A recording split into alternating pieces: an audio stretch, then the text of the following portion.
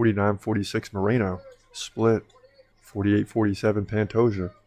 Oh my gosh. 48-47. Unbelievable. And no!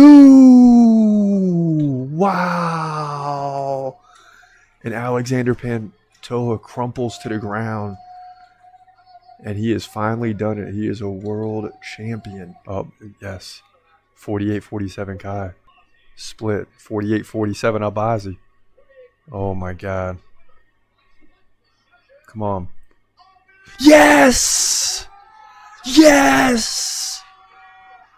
Whoa! Yes! Amir Albazi with the split decision victory. Broadcasting live from an undisclosed location. This is the TCMMA podcast with your host, Chris Cross. Whoa!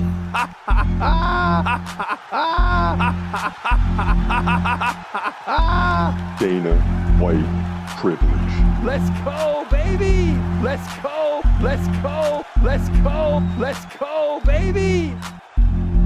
Dana White privilege. Privilege. Privilege. Welcome to the TCMMA podcast, where MMA is a theme and UFC is the dream. I'm Chris Cross. I'm your host. And we got a lot to cover tonight, man. UFC Edmonton coming up. Brandon Moreno takes on the rising Amir Albazi. Another tough week in the main event, as every week is. We're 19-7 on the year. Oh, baby. It's starting to get crucial. There's only, 6 or 7 fights left. And we're staring a potential losing season in the face. And this week, I'm saying that now because I'm a little bit nervous about this week ahead. I think you could pick either guy and still lose. So we're going to get into that prediction here in a little bit, as well as all of the main card. There's 6 fights, so stay tuned for that. Let's look at some of the UFC news, beginning with Joe Rogan, who criticized Dana White, saying the UFC president needs to become a purist. And this is in reference to Magomed Ankalaev. So Joe Rogan said that his pal should respect all forms of combat, claiming, I think you've got to be a purist. I think the best guys have to fight the best, period. And that's Ankalaev, one of the freaking best guys for sure. So, Joe Rogan saying that. And then, of course, Dana White in the post-fight press conference, that didn't really matter because he's saying that Ankalaev is up next against Pereira. And I've kind of softened my tune, if you would say. I kind of softened on my stance, I guess you would say. Yeah. Because I think Magomed probably should fight for the title. Now, I know live at UFC 308 I was a little upset, but then the fight's over and you're like, all right, it was Alexander Rakic. Who else is Pereira going to fight anyway? He's the number one, Magomed's the number one contender.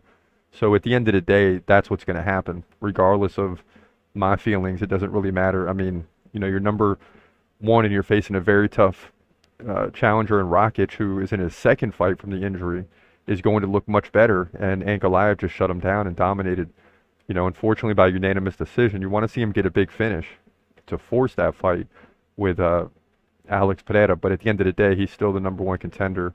Pereira's fought everybody else, so it's time to make it happen. I really want to see, before too much time goes on, I want to see Khamzat get the belt and then go up to light heavyweight. That's the fight right there. But, listen, we got a little ways to go before that happens. But that's the fight right there. What'd I tell y'all, baby? So we'll have to wait and see how that shakes out. Jamal Hill, on the other hand, rips Magomed Ankalaev's pretty boring win at UFC 308. And that's where all this comes from. That's why it's the controversy that it is, and the fact that should Magomed get to fight for the title. But yeah, he's got to. He says, holy cow. He used another word, but I'll replace it with cow. Holy cow. What a pretty boring fight, he said on his YouTube channel. Pretty boring, fellas. I'm going to be real. I'm always going to be real whenever it comes to talking about the fights. And this fight was boring. It showed a lack, a versatility, more or less. He didn't use that word either, but I'll replace it. Right? A lack of versatility on the ground in different positions, going for the big finish. None of that. So people left this fight thinking, yeah, it was boring. And that's why I said what I said. But at the same time, who else is it going to be? Let's be real. But yeah, Jamal Hill's 100% right to say that fight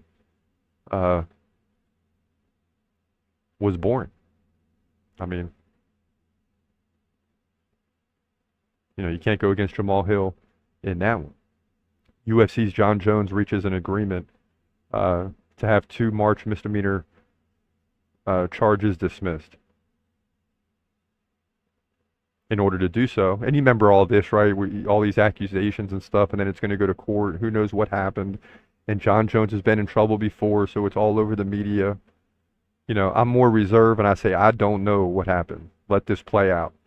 And basically, he's got to stay out of trouble for the next 90 days and do 4 hours anger management. So that's about. If they're letting them get off that easy, that just goes back to what I said, what really happened that day. I'm not saying Jon Jones is completely innocent, but what really happened that day if they're letting them off this easy? 90 days. Hey, no trouble for 90 days. 4 hours anger management. Cool. Where do I sign? Right? Because it's, when you're Jon Jones and your name is big as it is, you don't want it to continue dragging out. Then you got to answer questions. Let's just get this over with. Even if you didn't do anything. See, that's the thing that people fail to realize is you see someone like Jon Jones in the media and you just think, oh, he's guilty. Who knows I don't know what happened. How does I wasn't there, neither were any of you. So how do we know what happened? So I say you just got to let them, you got to let the situation play out. And this looks like it's a pretty easy demands for him to get the charges dropped. So that leads me to believe even more so, like, did something really happen or did it not? And then we don't know because there's an agreement. But if you type his name on Google, it's going to come up with all those words next to him, regardless if something happened or not, and none of us really know. And that's unfortunate. But luckily for him, he makes millions of dollars to fight, so, he's not going to have a problem, I'm sure. Moving on, UFC 308 pay slips leaked as Ilia Topuria, Max Holloway, and Khamzat Chimaev earnings are made public, right? Topuria, 3.9 mil. Wow. 3.9 mil. Let's go! That's crazy. That's crazy. 3.9 mil? I thought these guys didn't make that much money. Holloway, 2.4 mil. He lost 2.4 million for 3 rounds? Let's go! Or whatever, however many it lasted. That's crazy, man. Khamzat Chimaev, what do you think he made? What do you think Khamzat Chimaev made? 500 grand, 750? Nope. $1,050,000 roughly. Give this guy a title fight. Yeah. Give Khamzat the title fight. What'd I tell y'all, baby? And we got some new sounds to play with now from the other day. I had to spend some time cutting these up because it's just, Let's go! Let's go! What'd I tell y'all, baby? Khamzat wins, man. Give this guy a title fight. Yes, sir. I love it. It's been a while since we had some new sound bites. I was getting lazy. And plus, Khamzat wasn't fighting, so I've kind of gone through the last year and a half a little lethargic, to be honest. There's been some good up and downs during the last year and a half, 2 years, but now that I'm re-energized, man. And then he won. Come on, y'all. And listen to these betting lines for Khamzat against opponents. Who's the champ? Tricus du Plessis. Khamzat, 2-1 favorite. Sean Strickland, right behind du Plessis in the middleweight division. Khamzat, 2.5-1 favorite. Somehow they got him against Leon Edwards. Khamzat's never going down to 170 again. But even if he did, he's still over a 2-1 favorite. And it would be 3 or 4 or 5.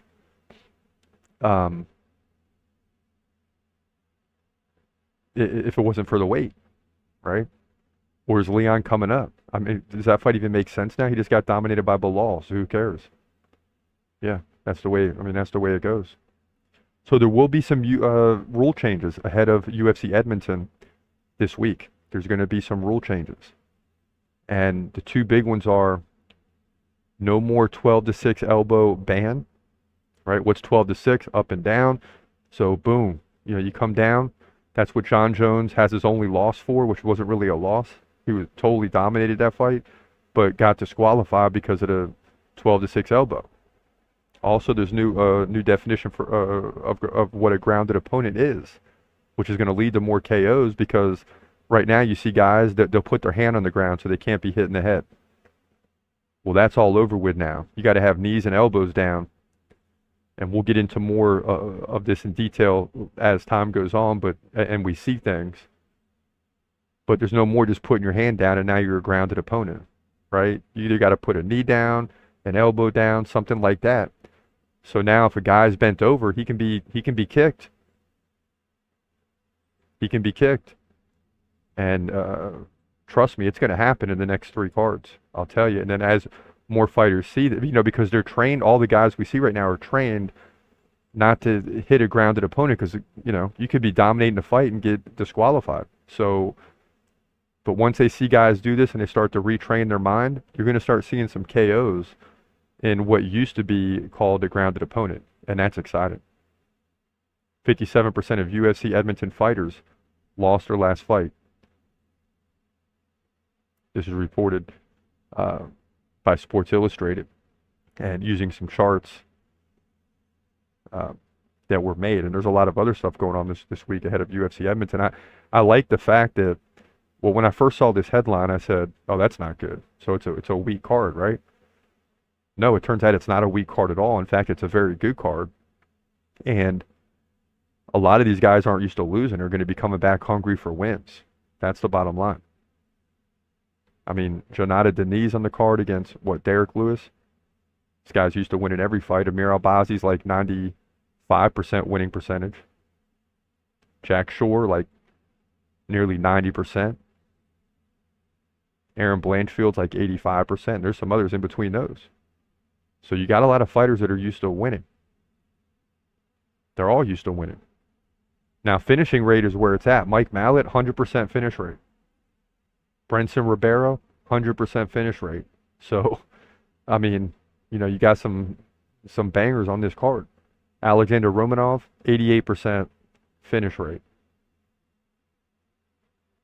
Jonata Denise, 88% finish rate. So these guys are used to doing their thing.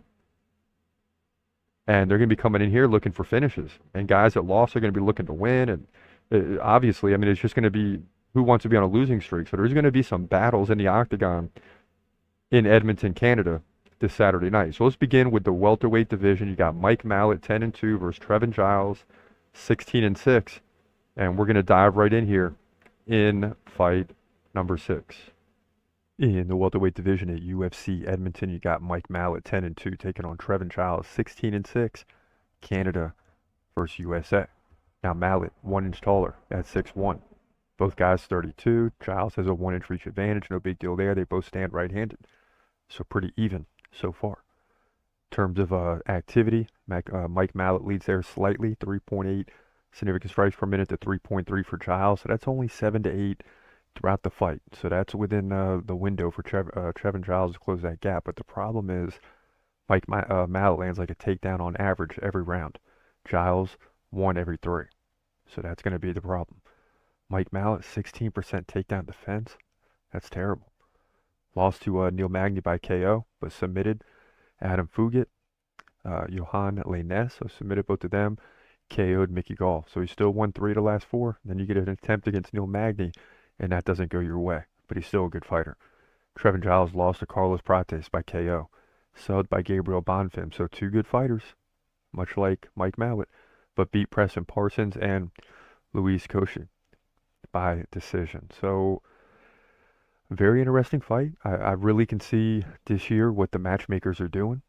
Pinning guys that are in similar situations against each other. It makes the predictions even more difficult. And I've noticed that throughout all of 2024. This is no different. But to me, Mike Mallet is just a little bit better, right? He's more active on the feet, even though it's slight.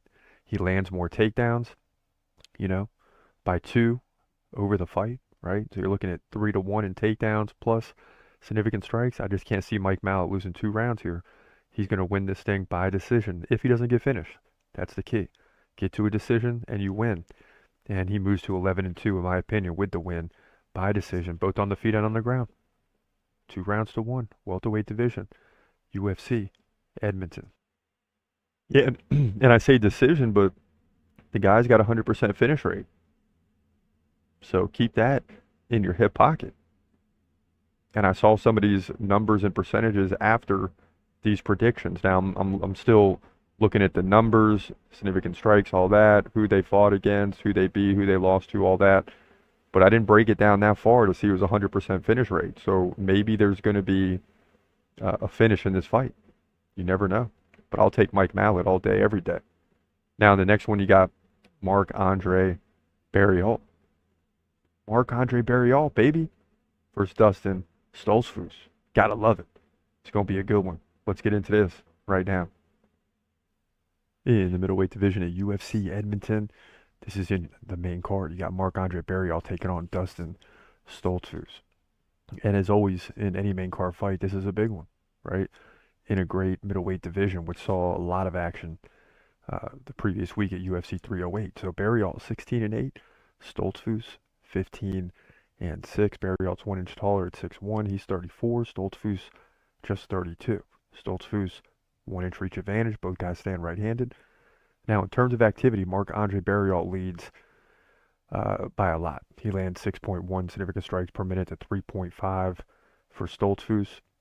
In terms of the takedown game, that's all Stoltzfus. So you see what's going on here. He lands nearly 1 per round. But Barriault's takedown defense right at 67%, so that's average. So it tells you he's going to give up some takedowns, he's going to stop some, but that's going to be the game right there, because if the fight stays standing, Marc-Andre Barriault is winning. But he's coming off the KO loss to Joe Pyfer. Not good. Chris Curtis, split decision. He did beat Eric Anders by decision and KO'd Julian Marquez. So that's where we're at. He's 2-2 in the last 4. Stoltzfus lost to Bruno Ferreira. Beat Punahele Soriano by sub. That's a big one. Lost to Abus Magomedov. We just saw him last week by KO. And beat Dwight Grant by decision. So he's 2-2 as well.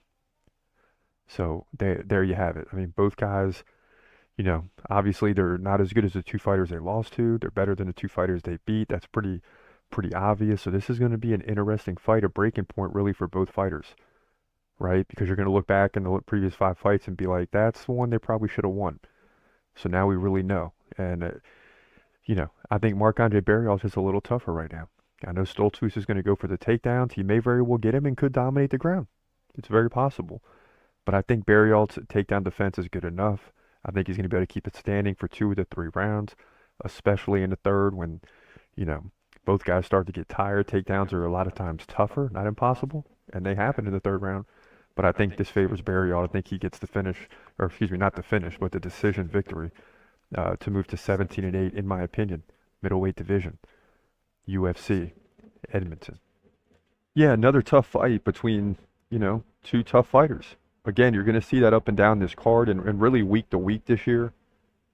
We're living in a time where every day we go forward, the depth in every division is getting tougher and tougher. The UFC has not even come close to peaking yet, especially with, you know, what happened 4 years ago and all the regional circuits being shut down and then having to get started again.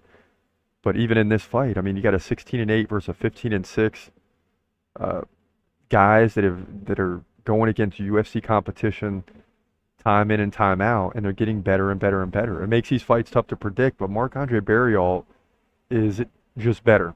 And they're both right in the prime, like 34, 32. But Barriault, 6 significant strikes per minute. I'm not going against that. Hardly ever. Please believe it. Now, in the next one, you got light heavyweight division. You got a really good one here. Brazil, Kyle Machado, 8-3. Versus Brenson Ribeiro, 15-7, who I believe, let me just double check, has a 100% finish rate as well. So, you know, you got that in this one. And if Ribeiro wins, it's going to be by finish, it seems like.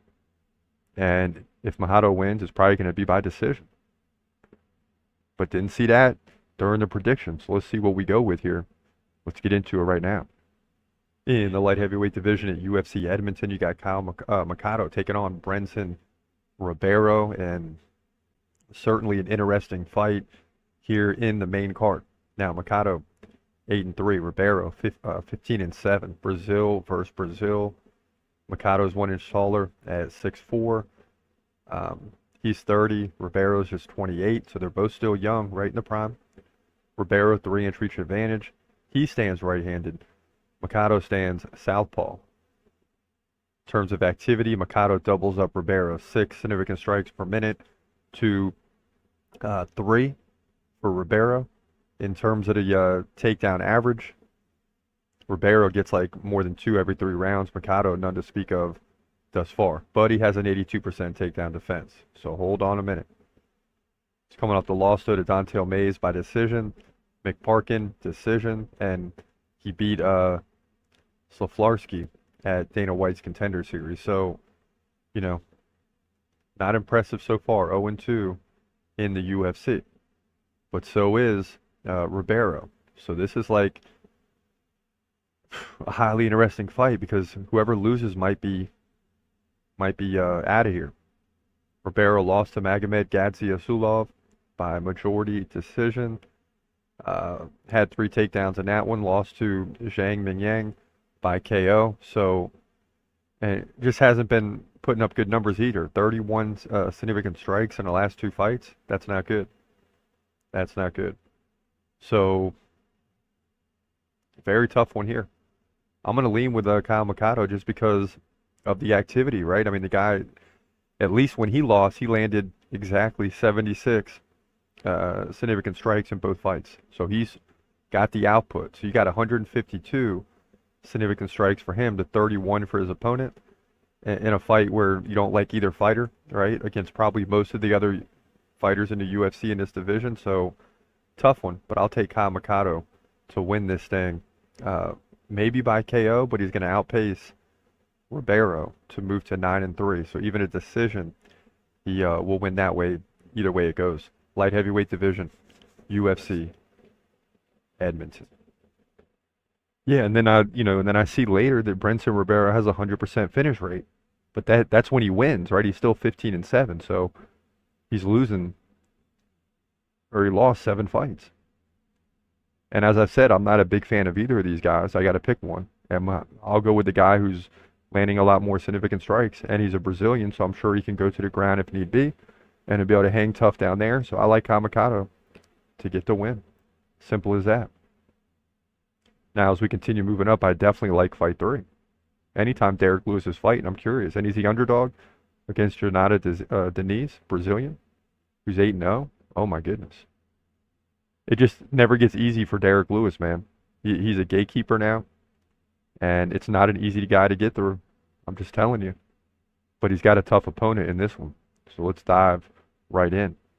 In the heavyweight division at UFC Edmonton, you got your boy Derek Lewis who's back taking on up-and-comer and the undefeated Jonata Diniz. Now, Derek Lewis been around for a while, right? 28-12. He's getting up there. He's like 39 years old now. Jonata Diniz, new.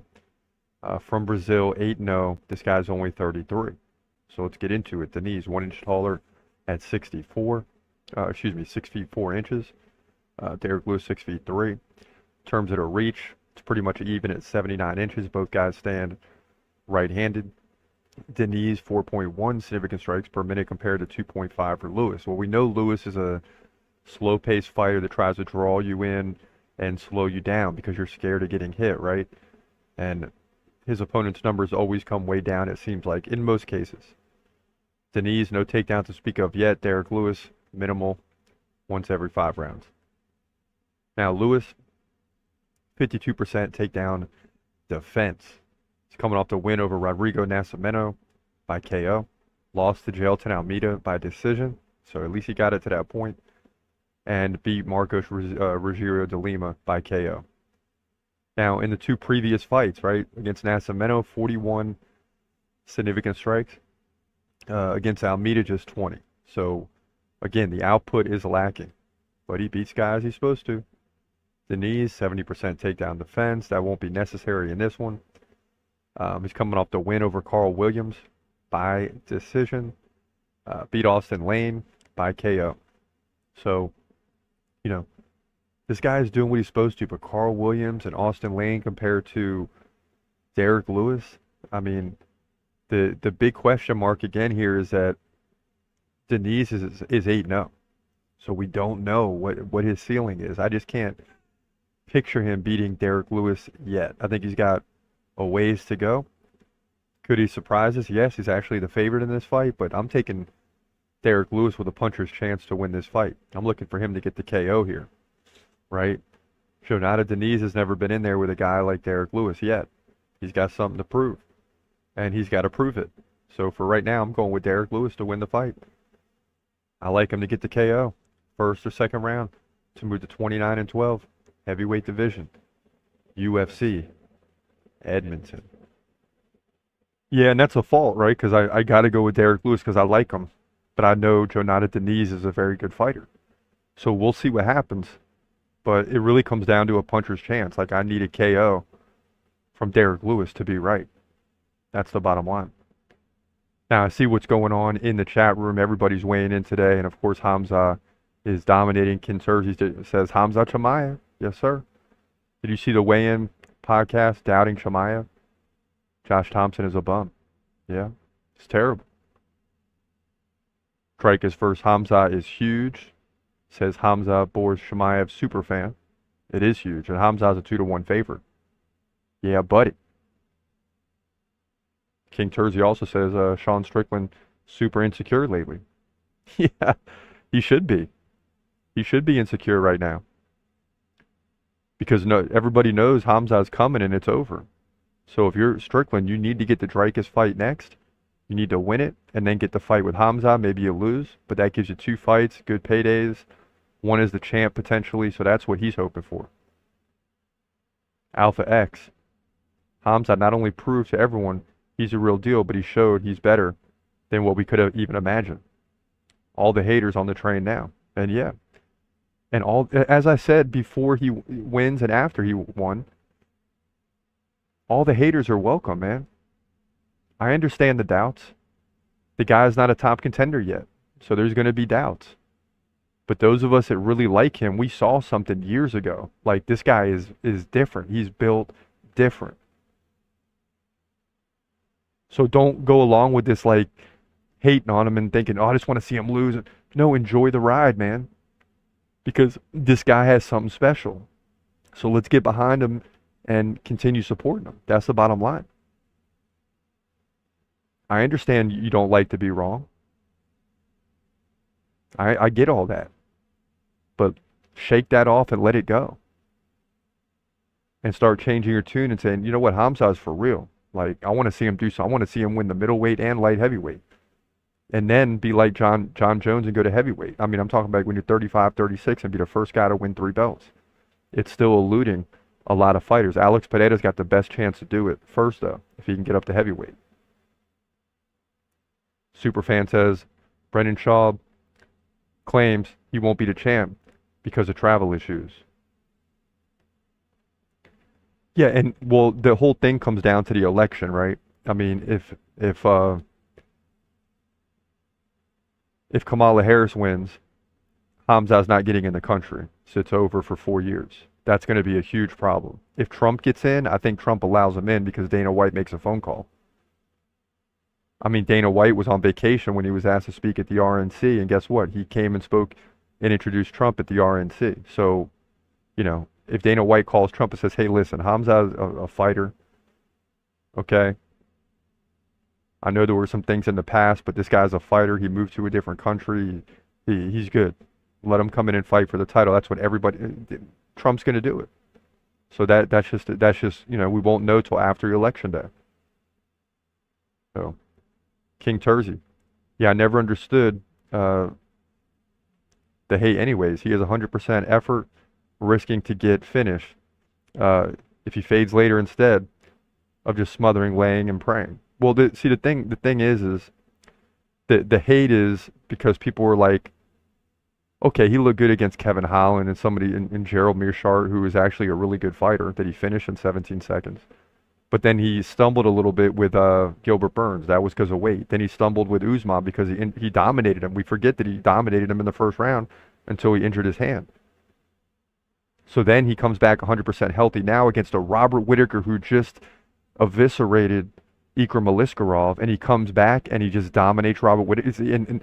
And I'm really glad that that happened. I mean, yeah, we lost 4 to 5 months, 3, 4, 5 months, but it also shows you that Whittaker is no slouch. Like, he's running through people on the way to get back to a title, and Khamzat goes in there and just dominates for 3 minutes and finishes the fight. So it worked out perfectly, because we don't want any excuses. If he goes in there and beats Whittaker without the Ikram victory and all the others before it, then people just say, well, you know, Robert Whittaker's getting old, he's finished, you know, stuff like that. But now you can't say that, because just 2 or 3 months ago, he absolutely dominated Aliskerov.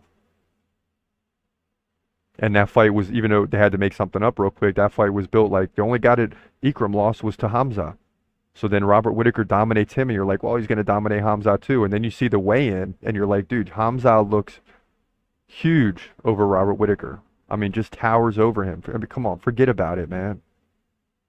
If there was any doubt, there should be no doubt now. I was just watching round 1, hoping it would be a finish, so we don't have to go to rounds 2 and 3, hoping that nothing happens to Khamzat that sets him back, like it did in the Usman fight, just hoping, and nothing happened. And it worked out great. Alpha X, Usman is one of the best to ever do it. And Burns showed up, had his best performance, and I agree. Burns had a great, and he got rocked in the first round and managed to come back big in the second. Then Khamzat slows down, and then you got an all-out battle in the third round. It was like 65-63 in significant strikes. I mean, both guys were fighting to win. Burns had his best night. You get Khamzat in the third round when he slows down a little bit. The takedown game starts to evaporate, and that dominance starts to evaporate, and now you got him in a fight. But Khamzat won round 3. As close as it was, he won round 3. And that's what it was. Thankfully, he won round 3. You know. So, yeah, I mean, I hear you, Alpha X, with Khamzat and Pereira doing big things. And that's why I really want to see Khamzat win the middleweight. Maybe defend the belt once or twice, and then get to Pereira before he leaves, which he might go to the heavyweight division by that point. But, or whoever's the light heavyweight champ, I want to see because Khamzat go. They're even saying now he's having a hard time making 185. He was the last guy to the scale the other day. So, I mean, the guy is built for the light heavyweight division. I'm just telling you, you know, some people didn't listen to me before. Listen to me now. Khamzat is built. If he gets the middleweight division, forget about it. If he would have got the welterweight, guaranteed 3-belt champ. Guaranteed. Guaranteed. But they iced him out. They stalled him out. And then he had to pull out of the Leon Edwards fight because he got sick. And it's just, now you're not going to make 170. Now you're getting too old. You know, it's not really his division. It's a major weight cut. So you have all that going on. But listen, let's jump back into the predictions. Next up, Aaron Blanchfield. Huge fight against Rose Namajunas, who really needs this win. And this is going to be an absolute battle at the flyweight mark. Not strawweight, but flyweight. Can Rose get it done against these bigger fighters? I don't know. Let's jump into it right now. In the women's flyweight division at UFC Edmonton, you got Aaron Blanchfield taking on Rose Namajunas. Oh my goodness. Blanchfield 12-2, Namajunas 14-6. She's 1 inch taller at 5'5". Namajunas 32, Blanchfield 25. Blanchfield's got a 1 inch reach advantage. They both stand right-handed. Blanchfield is much more active on the feet. It's kind of been a problem for Rose at times, right? But in this one, it's 5.5 significant strikes per minute to 3.7 for Rose. So that's a big difference, for sure. In terms of the takedown game, Blanchfield gets 2 every 3 rounds. Namajunas 1 every other round. So Blanchfield's, you know, more active on the feet and landing more takedowns. So this is going to be an interesting fight for Namajunas. Blanchfield 81% takedown defense. Lost to Fioro, good fighter by decision. And what a fight that was. 172 to 130 in significant strikes for Fioro. For that, Blanchfield beat Tyler Santos by decision, subbed Jessica Andrade, and subbed Molly McCann. Oh my goodness. Namajunas 59% takedown defense. Look out, that's not good. Beat Tracy Cortez by decision. Beat Amanda Ribas by decision, making this very difficult. lost to Manon Fiorot. So let's dive into that one a little deeper. Namajunas slowed down Fiorot and actually outstruck her 60-58 despite the loss. So Blanchfield gave up 172 to Fiorot. So again, in this matchup, Namajunas is going to have to slow down Blanchfield, and she's shown she can do that. I mean, Fiorot had 172 significant strikes against Blanchfield, but against Rose, she only had 58. That's the same fighter, and almost, 100 plus significant strikes difference. Wow. So Rose really draws people into her style of fighting, but lost that fight. Lost to Carla Esparza. Terrible performance. 37-30 in significant strikes. You think about that as a 25-minute fight. So they're getting, one solid strike landed each minute. This is not good. That was a terrible fight to watch. So Rose lost 2 in a row. Came back now, has won 2 in a row. Highly, highly interesting. Oh my goodness. I got to go with Rose. I mean, it's just tough. I know Blanchfield's the favorite, but I can't go against Rose right now. I don't think she's done just yet. And she's up in the higher division too, the flyweight. So going to be interesting. But I think Rose is going to bring it in this fight, slow Blanchfield down, draw her into her fight, and win 2 rounds out of 3. She's got too much experience not to let that happen. So, in my opinion, Rose wins. She's still right in the prime, right?